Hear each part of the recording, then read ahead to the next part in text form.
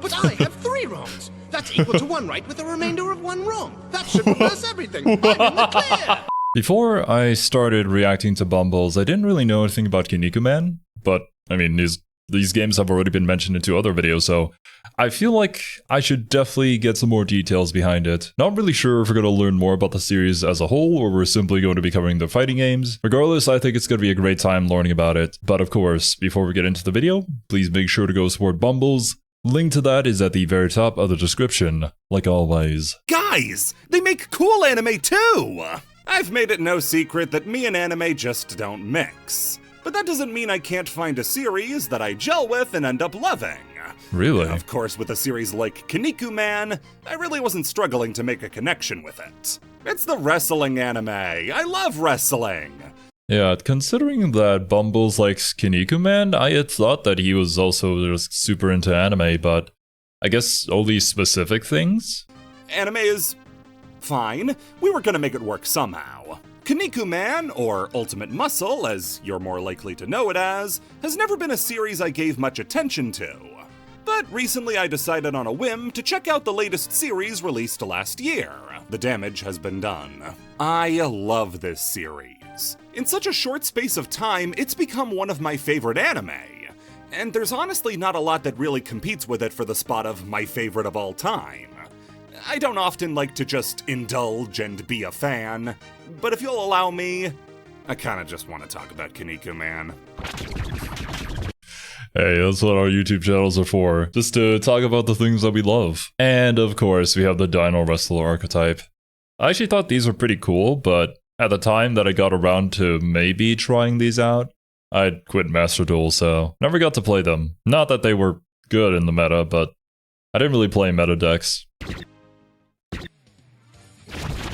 Ooh, but what was it? Dino Wrestler, something starting with P. That was kind of like a generic card that you could put into anywhere. It was just great removal. Did use that one in quite a few decks. Kinnikuman is the creation of Yuta Tamago, a writing team made up of Takashi Shimada and Yoshinori Nakai. Though the two are so linked that it's perfectly reasonable to just refer to them by their team name. That team name, by the way, means 2 different things depending on who you ask. If you ask Nakai, it's because they were eating boiled eggs when they decided on the name, as Yuta Tamago means boiled egg. If you ask Shimada, it means the smell of a fart. This sets the stage for the rest of their careers. Those careers began all the way back in 1971, with the pair's meeting after Nakai transferred to Shimada's school in Osaka. The two were both avid artists, but it was Shimada who pushed the two to pursue manga creation as a hobby. Many of their manga from this early era has been lost, but we know it was well received, winning various amateur manga awards. Oh, that's pretty cool. It's always nice to hear when these teams form from 2 people kind of meeting back when they were high school kids or something like that. And they just had a similar passion and went into business with it. Leading up to 1978, when the pair had a chance to publish a piece for Shonen Jump. The two would go on. Actually, before we continue, now I think about it, isn't that kind of the same story with like the Mortal Kombat series? I'm pretty sure the 2 people who were behind it kind of met at school as well? On to publish the most important work of their lives, and one of the most important pieces of art in manga history. It was a one-shot superhero manga based on a character Shimada had been working on ever since elementary school, Kinnikuman. The manga itself is a parody of Ultraman, and I made the mistake going in that meant, oh, it's kinda like Ultraman, but... Yeah, I mean, I did say this we saw this for the first time, because like just the head shape and that, it just really looks like Ultraman a lot. And while I did watch a few episodes of Ultraman as a kid, I don't remember most of it or any lore behind it. I know that there's several different Ultramen, but I know as little about them as I do all the different kaiju. Despite really liking the kaiju. Ultraman farts, right? No. Actually, in Kinnikuman's story, Ultraman's dad had an affair with an ugly woman, and that spawned his bastard child, Kinnikuman. Kinnikuman then tries to fight giant monsters and earn his family's approval, only to fail time and time again, ending up in jail. Shonen Jump editors at the time didn't like it, and said it was too childish and stupid for their book. pointing out his worn-out crotch and how he flies by farting as examples. But the general public loved it. Shonen Jump had no choice but to get Yuta Tamago to serialize it. But there was only one problem. They had to get their parents' permission. Yuta Tamago began a series that would shape manga forever at only 17 years old. Barely even in college, and they were already serialized. So that's why. Kinnikuman would start as a series proper in 1979, with a storyline that followed the original one-shot structure. Fighting monsters and doing a bad job at it. It would introduce Kinnikuman's new mom and dad to replace the Ultraman characters, as well as his new sidekick Meat and rival Terryman. Terryman. I don't think that's the same dude who's gonna ask me if I'm okay. But I mean, yeah, it makes sense how we kind of had to rewrite the backstory a little bit, because it starts as a parody, but if we want to make this its own thing, we can't really have the Ultraman characters here, maybe? Not really sure who holds the copyright to all that. Trying to make the series more than just an Ultraman parody. By chapter 28, though, the pair had decided to integrate another one of their loves into the manga, wrestling. Following the smashing success of the Chojin Olympic arcs, the series would lean way more into wrestling, as now instead of fighting kaijus, Kinnikuman would fight evil wrestlers from all over the world. And eventually across the galaxy. You know, I love that. This is what I love, so I'm gonna put it into my piece of work. And we're going to slowly evolve the story to fit it in. And yeah, from all that we learned about wrestling, like, we haven't really done a deep dive on it, but there have been quite a few videos where we've talked about wrestling over in the West, as well as in Japan. And in Japan, it's kind of like this whole massive scene that tons of people are fans of, and they have their own unique things going on with them. As do apparently a lot of other countries too, who are big fans of wrestling. Because like the over-the-top costumes, as well as like the poison spitting the mist into the face thing, that's pretty gnarly, let's say. I don't really know if I'm super into it, but hey, I can appreciate it. The series would only get more popular after getting incredibly unpopular with the American Tour and Seven Samurai arcs, as they would introduce the Devil Chojin, a new team of evil wrestlers who worshipped Satan and wanted to take over the world. The Devil Knights arc introduced an even higher class of Devil Chojin, before peaking in my favorite original arc, the Dream Chojin Tag arc. Once that was finished, Yuta Tamago would attempt one of the longest shonen arcs of all time, Scramble for the Throne. This arc is so long, at over 100 chapters, it rivals some of the longest One Piece arcs. We're talking an arc so long that the original anime was cancelled because they kept putting out bad filler arcs to try to give Yuta Tamago time to finish it. Man, I get the idea where it's like, we need to release this show at the height of popularity of this manga, but yeah, as a manga artist, you're probably not going to be able to keep up with that schedule. And it really was just a thing for anime at the time, where you just have a ton of filler episodes. I think every now and then you still kind of get those, but I don't think they're as prevalent nowadays as they used to be, with the exception of, I think, like the super long-running shonen series. The only one that I would say qualifies for that I have watched personally is Black Clover, and yeah, there were a few episodes in there that were just basically filler. I still really enjoyed my time watching it though. Oh right, Kinnikuman had a massively popular anime adaptation to go along with it, which ran from 1983 to 1986, before picking back up in 1991 to adapt Scramble for the Throne. Along the way, they would introduce some of the most popular characters the genre had ever seen. Robin Mask, Wars Man, Buffalo Man, Ashura Man, and Neptune Man. Hang on! That's just Hulk Hogan. How did they get away with drawing Hulk Hogan in a mask? Well, that's the beauty of it. Yuta Tamago didn't draw him. In fact, they barely drew any of the new Chojin. Only Kinnikuman, Meat, and Terryman were designed by the original authors. Every other wrestler in the series was a fan-submitted design. They'd take fan art of people from all over Japan, clean up the best designs, and insert them into the manga.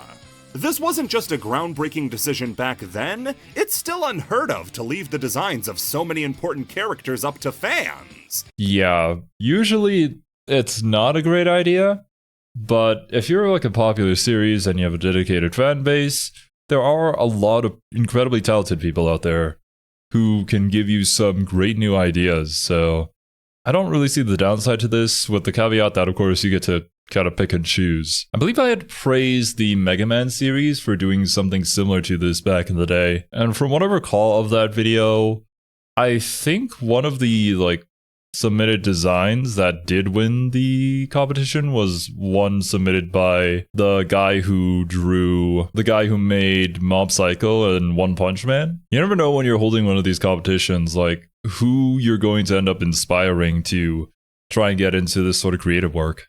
But imagine what it must have felt like to send in a design, then see them in the manga fighting the heroes. This wasn't the only thing Kinnikuman innovated on.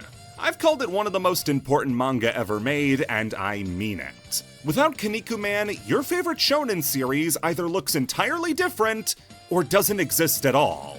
I can't be 100% certain that Kinnikuman invented all these tropes, but I can say for sure that it popularized them among manga readers. Kinnikuman popularized the power of friendship, main characters having a favorite food, teams of cloaked villains that could be revealed once they finally decided on a design, character-specific laughs, tournament arcs, reformed villains joining the heroes. It introduced the concept of power levels. Buffalo Man had a power level of 10 million. Alright, he's dog-walking Frieza till he busts out the final form.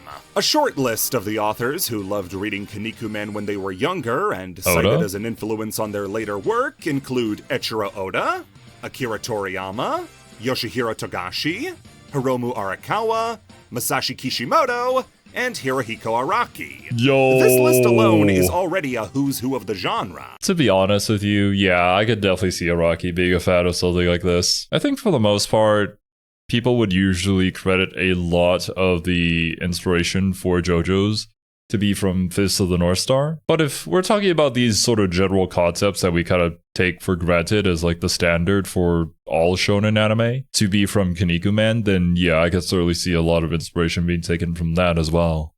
But you cast the net out even further, and you'll see just how widespread the influence Kinnikuman had is. The biggest place to look for inspirations from Kinnikuman are fighting games, with games like Tekken and Street Fighter including moves from the series, like the Kinnikuman Buster, Longhorn Express, and Cross Bomber, as well as more out-of-the-way places like Killer 7, Castlevania Portrait of Ruin, and Yu-Gi-Oh! It's that special sort of thing. Wait, what was that Yu-Gi-Oh card? Oh, Sprite Double Cross? Oh god, not sprites.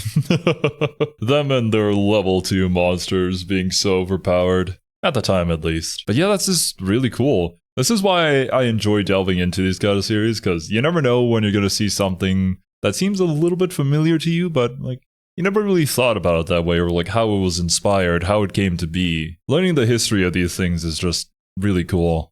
It's that special sort of famous in Japan where it has its own holiday. Every February 29th is Kinnikuman Day. And with what I've described, it's not hard to see how it earned it. After Suguru was crowned King of Muscle Planet at the end of Scramble for the Throne, though, things would turn sour in the real world for Yuta Tamago. See, while their story was wrapping up, a new one was beginning. One made by one of the very authors they had inspired. Dragon Ball revolutionized what shonen manga could be. And after its release, Kinnikuman was old news. The pair would become despondent and struggle to make a hit over the next few years. Unfortunately, that's just kind of the way of things. Trends, they come and go, and audience interest changes over time. Now granted, it doesn't change as quickly as the current age of the internet of YouTubers and rising to fame and whatnot. Very few people kind of stay all the way up there. Others will usually start trending at some point, so then later on in their career, things just kind of die out. You'll see channels with several 100,000 or millions of subs who are getting only a couple thousand of views on their videos. The times change. Till finally finding success as they return to Kinnikuman for the sequel series, Kinnikuman Nisei. Nisei's release in 1998 marked the beginning of a new wave of manga following the children of the original manga's hero as they tried to live up to their parents' legacy. Also, this wasn't published in Weekly Shonen Jump anymore. Now it was serialized in Weekly Playboy. Hell Finally, yeah. a reason to buy these things besides the articles. Nisei would follow Kinnikuman, the son of Suguru, as he fought to avoid becoming the best wrestler in the world, trying to go back to being a spoiled prince on his home planet. Kinnikuman Nisei and the anime adaptation that would follow are divisive. No, Really? A sequel series following the main character's children is divisive?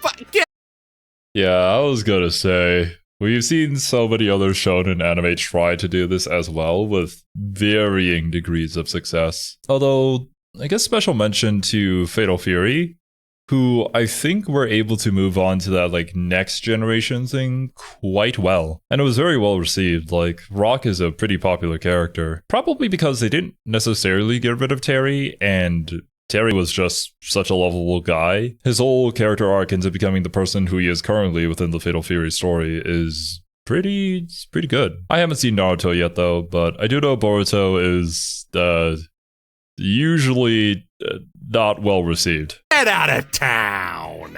Some people find it as a worthy successor, others hate Montaro and feel the supporting cast is much weaker than the original. Regardless of how you feel though, if you're a Kinnikuman fan— Wait a minute. Oh my goodness. What a pause screen.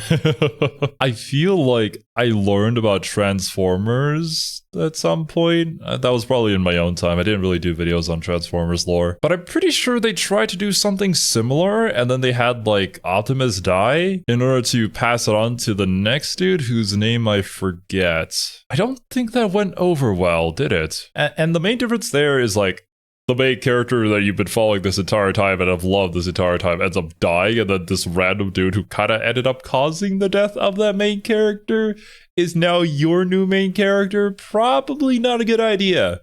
Don't do that. Not saying that it's like that in the Kinnikuman situation.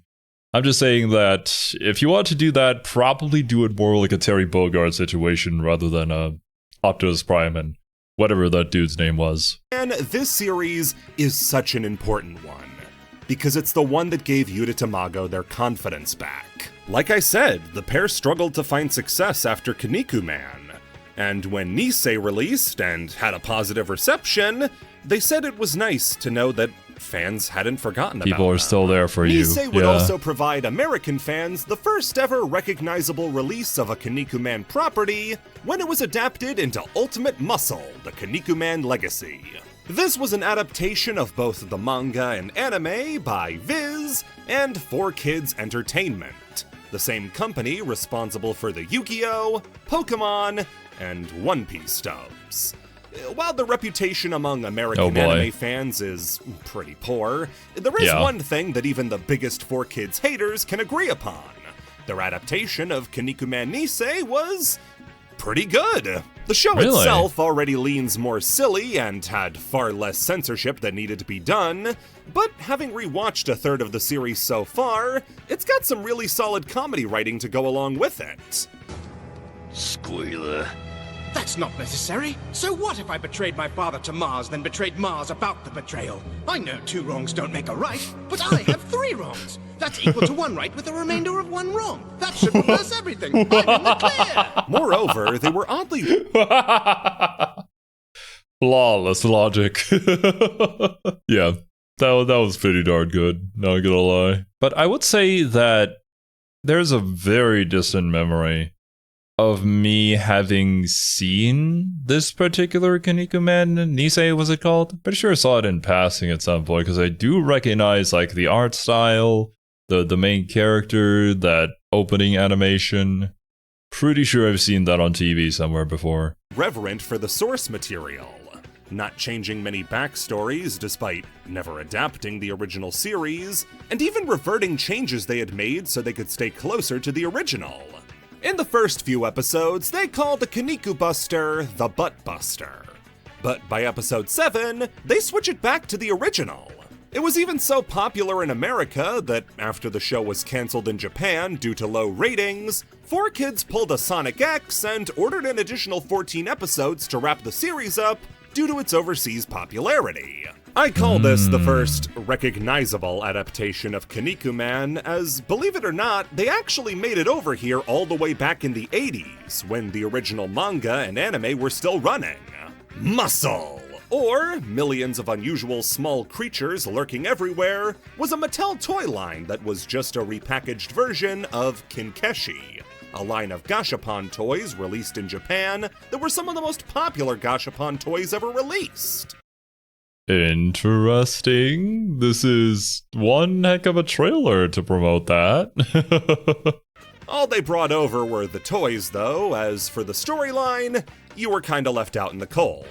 All you got was that there were the Thug Busters, led by Muscle Man, and the Cosmic Crunchers, led by Terry Bull.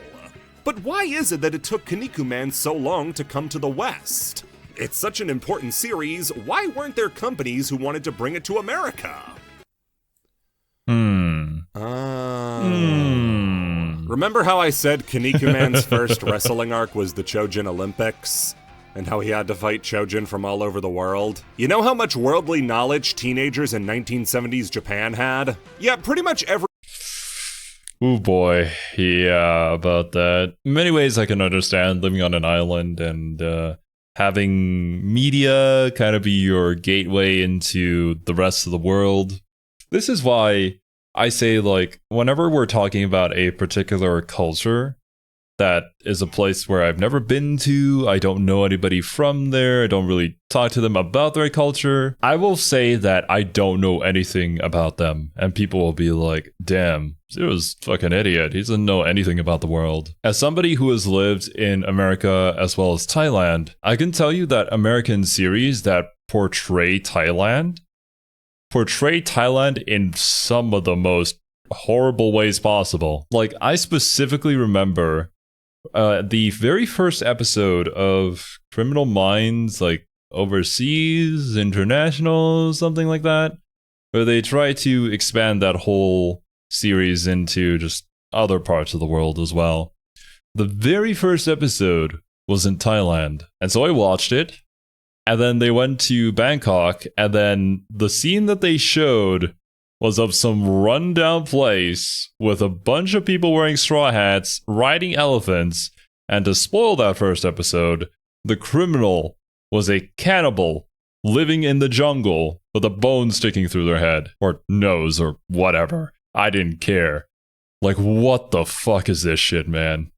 And this was supposed to be like modern day Thailand as well. We do have elephants over here, and some farmers do wear straw hats when they go out to work, but most certainly not in Bangkok. And we do not ride elephants around here. Probably in the reserves for particular shows and whatnot, yeah, but that was not really a thing anymore. If you come over here to Thailand and you go to Bangkok, it's just like any modern city out there. In some ways, there are a few things that are more advanced than other cities are, at least from my experience. And I don't think there are really any more cannibals out there. Maybe somewhere incredibly deep in the jungle? Maybe? But that's kind of a stretch. I don't know, man. I don't know. And don't even get me started on that horrific commercial from Apple. I'm pretty sure they removed it by now, but there was this whole hubbub about them. Well, actually, you know what? I'm not going to even talk about it. It's just a massive rant. I could talk so much about that stuff that... I can tell you that when that commercial released, everybody in Thailand boycotted Apple stores all across the country. Nobody was buying Apple anymore. That was so dumb. But point is that I say that I don't know anything about anybody else's culture or how the people live there or what it's like, unless if I've been there and experienced it for myself, because media does not tell the truth. Unfortunately, that is kind of the only gateway for many people into the rest of the world. So you'll get stuff like this. Every wrestler in the Olympics is a stereotype of some sort. And since Germany had to be represented, you already know where this is going. Welcome, Brockenman. Bruh. Now please die. Brockenman is a Nazi. He's got swastikas akimbo, Nazi cheerleaders, does the Sieg Heil. You think it can't get much worse? Then he busts out the poison gas attack. Oh and the my announcer god. says, It's the return of the Nazi gas chambers.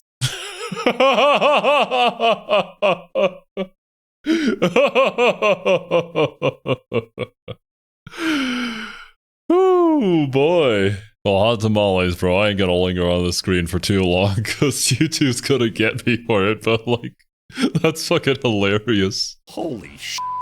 Brockenman, though, is little more than a villain of the week. He has one match against a lovable racist stereotype Ramen Man, and then leaves forever. In the manga, Ramen Man makes it quick and just rips him in half. Jesus. In the anime, he turns him into noodles and eats him.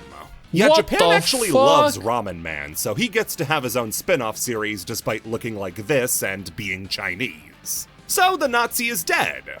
Good. But in comes Brocken Jr. Oh, Brocken of course. Jr. is not a Nazi. You could show any other image to help me out right now. Any other image. I swear he's not a Nazi. Brocken Jr. is introduced in the Seven Samurai arc and is looking to get revenge on Ramen Man for killing his dad, and is not a Nazi.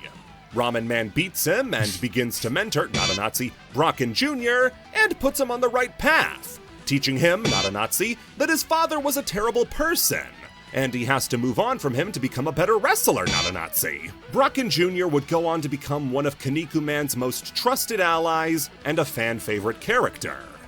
So you can imagine how hard it is to reckon with the shirt. He only packed so many clothes, he didn't expect to renounce the Aryan race before he got home. France would be— I mean, to be fair, Von Strawheim is one of my favorite characters from JoJo's, and he kind of is that, quite literally. But I guess it's really up to presentation, as opposed to simply being a character that is that. ban Kinnikuman due to having a good Nazi as a main character. He was excluded from both the Muscle toy line and Muscle NES game in America, and most bafflingly of all, got the French dub of Fist of the North Star turned into a comedy dub. Tangent, I know, but if you're not interested in what makes me interested, you would have quit a long time ago. So, in France, Fist of the North Star was a massive hit, and right up there with City Hunter, aka Nicky Larson, as the most popular anime in the country.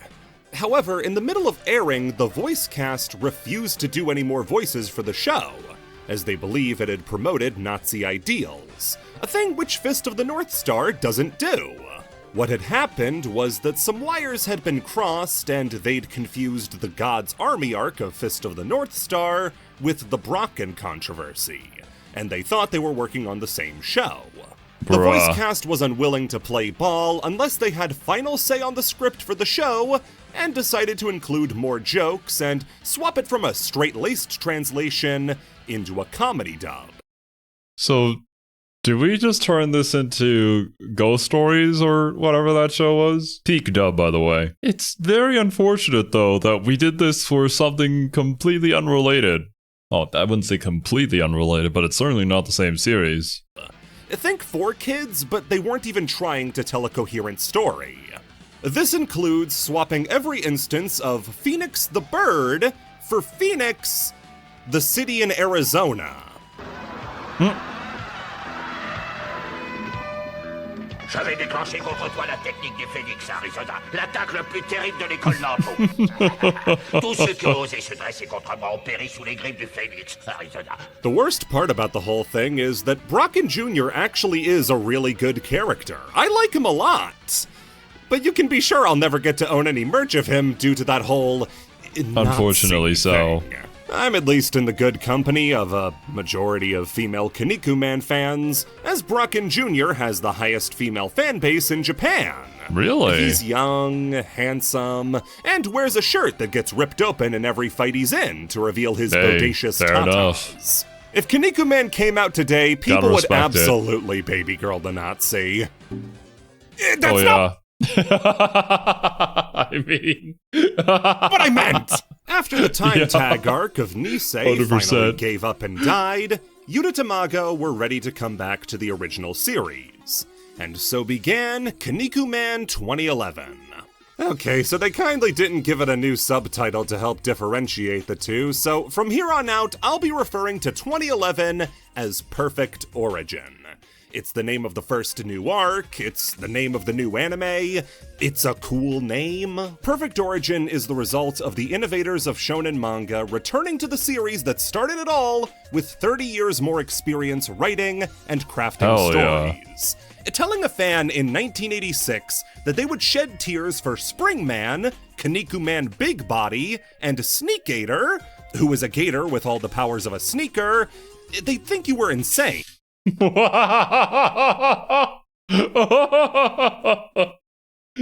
What exactly are the powers of a sneaker?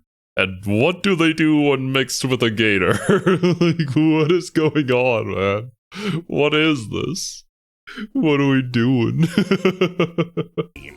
But Perfect Origin doesn't just speak to an evolution of their manga, but an evolution of Yuta Tamago as people.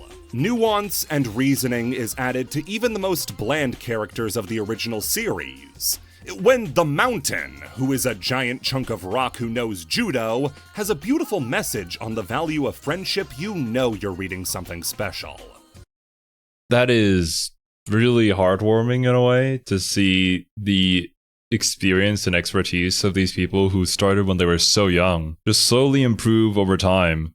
That motivational in a way, because everybody has to start from somewhere. We don't start off being like the best at the things that we love doing. It's really that passion and dedication towards that craft that leads us to where we want to be. They weren't satisfied giving people the same thing they had as children, and chose to evolve their characters to make them into real characters, instead of just one-note villains. Perfect Origin has been one of the best things I've had the pleasure of discovering over the past year, and I can't say enough good about it.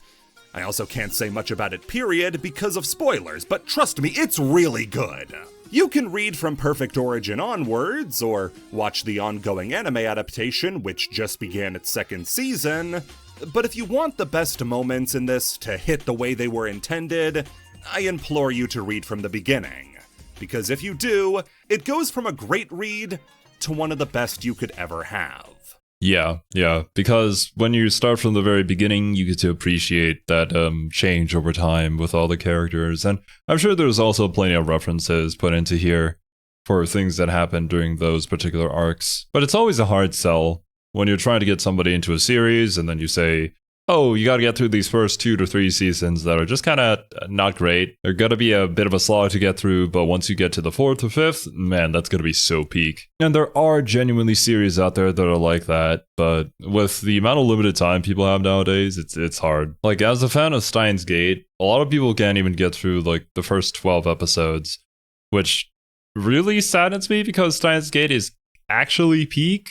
At least in my opinion. And it had me ever since the very first episode, but for a lot of people, it's just like slice of life stuff that they could get from watching really any show. But it's because of all that setup that the payoff just, is so satisfying. Or obviously, similar situation to people out there watching this who love MMOs.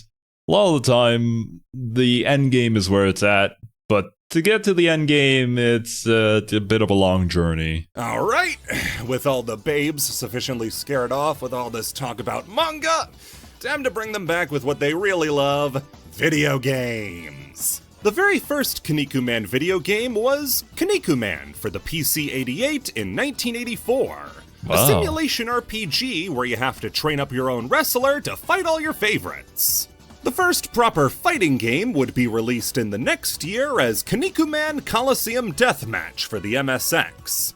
And the first one to come to America would come in the same year, Kinnikuman Muscle Tag Team Match. It was of course branded as a muscle game instead of a Kinnikuman one, and like I said, it removed Brocken Jr. and replaced him with Geronimo, because the only place for Nazis on the NES was as exploding heads. From here, the amount of Kinnikuman games, let alone fighting games, would plummet, as the only one released between Tag Match and our first topic was Dirty Challenger on the Super Famicom. The very first I wonder why. I guess maybe it wasn't seeing as much success as the the investment took to make. But it's really charming though, seeing those much, much older video games that were so incredibly simplistic in the idea, but they're also kind of the starting point for all that we have nowadays. Kinnikuman game to come stateside as a Kinnikuman game was Ultimate Muscle Legends vs. New Generation for the GameCube. Released in 2002, published by Bandai, and developed by Aki. When it comes to wrestling games, they're the best to ever do it. No Mercy, Nice. WCW vs. NWO Revenge, the good Def Jam games, these guys know how to make a wrestling game fun. Hell yeah. But for lack of a better descriptor, all of their games are more grounded. Yes, you are grounding Method Man's head into What the is pavement like a happening pogo there? stick, but they are more traditional wrestling games. What got me excited about them working on Ultimate Muscle was that this wasn't one of those. This is a 4-player... well, arena fighter isn't really the right phrase. I think the best way You're to fighting an describe it is arena. as a 4-player baby crib. An amount of wrestlers crib? are in the ring at a given time. Power-ups are thrown in at random, and at the end somebody has their chest caved in. Classic baby behavior. Knowing they'd be tackling something so in and out of their wheelhouse at the same time got me really interested for how much they could carry over from those games into this one. Starting the game... There's a creator wrestler here. I can feel it. This was the first thing I beelined Oh my for to see God, what options what they'd is give that? you, and it's both worse and better than what I was hoping for. Hearing this game let you make your own Chojin was enough to get me on board. But That when you is get cool, in, though. you quickly learn that this game has about 9 or 10 different pre-built wrestlers you can pick parts from to mix. Yeah. Okay, look, the idea is cool. I don't know if at the time we had the tech for it or the investments for it, but like, look at Street Fighter 6. That is kind of an idea that has grown to be what it is now. And match into your own wrestler. It's a little sad we don't get a bunch of accessories and trinkets to make some sort of heinous freak, but given what parts you are given to work with, I can understand why they felt like this was enough. What I ended up loving the most was all the stuff that wasn't cosmetic. You can pick what faction your wrestler belongs to, what their personality is, where they're from, because Kinnikuman has this funny habit of saying the living kendama toy from outer space was born in Denmark. Let me introduce you to the latest Devil Chojin, Killman Jr. Infinity. After generations of Killmen, we finally crafted the ultimate devil machine. All it took was attaching the head of a dog. He finishes off his opponents with the deadly Rockin' Lock, and teaches a pottery class on weekends for retired Killmen. So you'd think Nice. that now that we've made Killman Jr. Infinity, we can move on to the next game, but there's actually a whole mini-game here based around grappling or something. Wrestling in this game is very basic. You have a strike button, a grapple button, a block button, and, completely unique for a wrestling game, a jump button. Most games never posit how a wrestler is supposed to go up without the use of the top rope, but here you can jump all around, attack, and grapple in midair, or springboard off the ropes for extra height. Grapples can also be modified by pressing certain buttons during them, like jump letting you launch your opponent really high in the air, or attack letting you whip them into the ropes. As for defensive options, you have the block, but tapping block while holding a direction will also let you quick step. This game is absolute chaos, and going in expecting anything like a WWE wrestling game is a great way to get your Kinniku busted. And I've seen this move in real life, you really don't want that. In a WWE game, you start slow with basic grapples and strikes before advancing up to your signatures and finishers. In Ultimate Muscle, it's much more intense from the Immediately word thrown into go, it. letting you rocket all around the ring with diving attacks. If there's one thing you can say this game doesn't have, it's downtime. This I mean, this is kind of like the difference between a more grounded 2D fighter versus an anime air dasher fighter. It's like the anime air dasher of wrestling games, and I'm kind of here for it. isn't a traditional wrestling game where big moves put you down for a few seconds to let your opponent pin you. No, the game would have to have pins for that to happen. No pinfalls, no submissions. Matches only end You just by knockout. beat your opponent. And the quickest way to do that is by busting out signature moves. The lack of pinfalls makes sense when you realize, like, 2 matches in the entire series end by pinfall. The more you fight, the more your special meter will increase. And by holding down L while pressing either attack or grapple, you'll perform either a super move or a super grab. Attacks take 1 bar, can be done much quicker, and can sometimes be done while airborne, like with Dick Dick Van Dick. Yeah, laugh in the poor guy's face, why don't ya? You'll learn to fear the name of Cock Penis Van Wiener. Grapples take 2 bars, are often more cinematic, and deal a hefty amount of damage more than the strikes. Save up all 3 bars, and you can perform a cinematic level 3 move, your biggest Red damage Rain dealer of and Pain. flashiest move. The first time you land one in a match, it'll feel great! The second time you land one, the dread sinks in. Yeah, once you've seen a finisher once, you've seen it all every time. Yep. And it can get really boring around the 3rd time you've seen it, and it only gets worse if all 3 of those times come in the same match.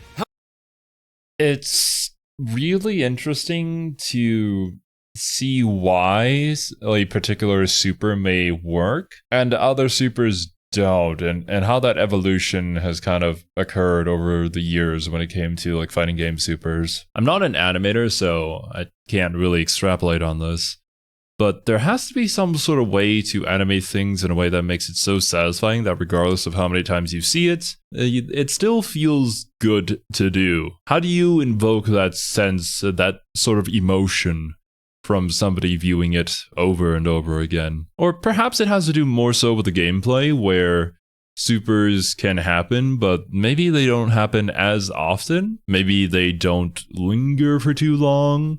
Maybe they do linger for just long enough to come with a satisfying conclusion. I'm sure it's different on a game-to-game scenario based off of the mechanics of the game and obviously the art style as well as the flow of the gameplay overall. But man, to create something that clicks with a wide audience is just tough. I wouldn't even know where to begin with something like that. However, don't let that take away from the fact that this game is actually a lot of fun. The wrestling is stupid basic, but that makes it a phenomenal pick-up-and-play game. One of the quickest I ever learned. It's really cool when you have a game like this where you can play it, like say, if you have some friends come over for a party and this is one of your favorite games, they don't really need too much experience to be able to perform on a similar level as to you. And it's also another one of the reasons why something like Super Smash Bros. Is also really popular, because I think it falls into that same category while also having other things that you can do to really spice things up.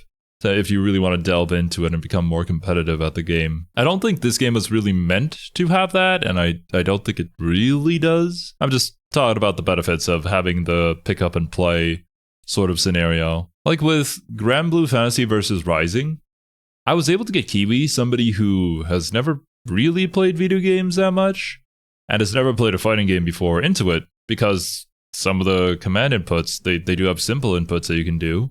And the basic idea for those command inputs are fairly simple and not too hard to pick up. Plus, it certainly doesn't hurt that the art style and the characters, as well as the animations, just look absolutely beautiful. So it just really sells the game. I do hope moving forward that fighting games incorporate a method to get more casual people into the game. Maybe adding that as like an option for auto combos, which is kind of a divisive topic within the community.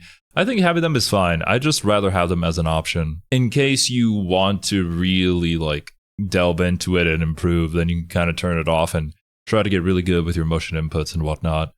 But if you don't want to, you don't have to. By the end of the first match, I knew what I was doing, and from there, had loads of fun. Adding to the insanity are items that get thrown into the ring every once in a while, like health and power-ups. But also bombs, debuffs, and lightning traps. Also, in something you have to be a dorky wrestling fan to appreciate, you can see where Aki recycled some of their older animations to reuse in this game. Kid Muscle gets the Uranagi, Dick Dick gets the trapped knees, Wally Tuskett has the Rikishi sidekick, and I'm thankful that's all he has from Jesus. Rikishi. The game is already fun enough on its own, but as soon as you add in multiple people, it becomes one of the most fun multiplayer games on the GameCube. Truly, Awesome. this game was developed with the idea that most people would just bunch up into the corner and spam dive kicks while laughing about it. The simplicity means that just by button mashing, you're sure to have fun. And you can't really ask for much more from a goofy 4-player fighting game. If you do find yourself down 3 frames, Well, I'm glad that they understood the assignment, because I don't think there was really going to ever be a day where this became like a super competitive game that you would see being played at EVO up until nowadays. And I wonder, when this game released, was that like even a thing? Were fighting games like an esport at the time? I don't know when it all started. though, the game I'm pretty does sure it feature was, a story mode for each character, with fully voiced routes that let you pick your battles before facing off with a final opponent in the end. This mode and tournament mode do suffer from the fact that they're just a series of back-to-back fights without anything to really break it up. But it's still fun, and the fact they're all voice-acted instead of just text boxes puts it above plenty of other licensed efforts. You also get new I still have to experience more fighting games out there to really see or get a better idea of what we would really need for a good, like, single-player story mode fighting game. Obviously, the back-to-back fights seems like the simplest to make, but it's really not the most exciting. Sure, maybe you can get some cutscenes in between here and there, you get some extra added bits of lore, but I don't think the general audience is really keen to go through something like that. In my off time, I've been playing a little bit of Soul Calibur 2, the weapon master mode story for that thing, which is basically like the single-player campaign. And that was fairly interesting, if not a little bit frustrating, because I'm just really bad at 3D fighters, apparently. And there was the story mode for one of the Smash games, I think it was the one on the Wii, that I think a lot of people credit for being actually quite fun to play through. Kane and I will definitely have to try out the story mode for Grand Blue at some point. That also looks interesting, and I think you can do it co-op as well, which would make for a much more fun experience. Like, anything is more fun with friends. I prefer the story mode to at least have gameplay bits within it, though. Looking at you, Guilty Gear Strive, although I do understand the circumstances behind it, and, you know, it was still really cool with the animations and whatnot, but, you know, there wasn't really gameplay. characters the more you play, including your friend and mine, Kinkotsu-man, who is so weak and pathetic, he's allowed to take a gun into the ring with him just to make things fair. Bruh. You'll also notice you get muscle medals at the end of every match, and without a way to cash them out into real money, you might wonder what they're for. Well, you can use them in these virtual gashapon machines to collect Oh my Kinkeshi goodness. figures. All 416 of the original Kinkeshi figures are yours to collect, as well as the Holy. additional ones from the Nisei relaunch. This is a really cute addition. But there's a reason gacha games have the names they do. These machines often dole out multiple duplicates, and pumping in hundreds of coins only to net you a fraction of the figures doesn't It feels great. bad moment. If they had included a little bio or something, it would have been great, but as it is now, it's still a cute distraction, but a distraction and nothing more. Overall, Legends vs. New Generation is a really good wrestling game, but specifically if you're playing with other people. The characters all play too similarly, and the single-player options are all too limited for me to say it's really worth your time if you want to go in alone. If you have a few friends willing to try it out, though, this is a game you'll be happy to have on standby for game nights. The Hell game yeah. will get- But alright, my dudes, this video is a bit of a longer one. And while normally I'd probably end up completing it, I think I maybe talked a little bit too much this time around. Plus, I gotta run, so I'll split this up into 2 parts. It's been really fun though, learning about Kinnikuman, and I'm glad that we touched upon the origins as well as the creators themselves behind the series and how it affected so many other series to come, because that's what I find fascinating, and as somebody who knew nothing about this, is just really cool to see all those dots start to connect. But yeah, that's gonna be it from me today. Thank you guys so much for watching. Hope you guys enjoyed, and I'll catch you in part 2.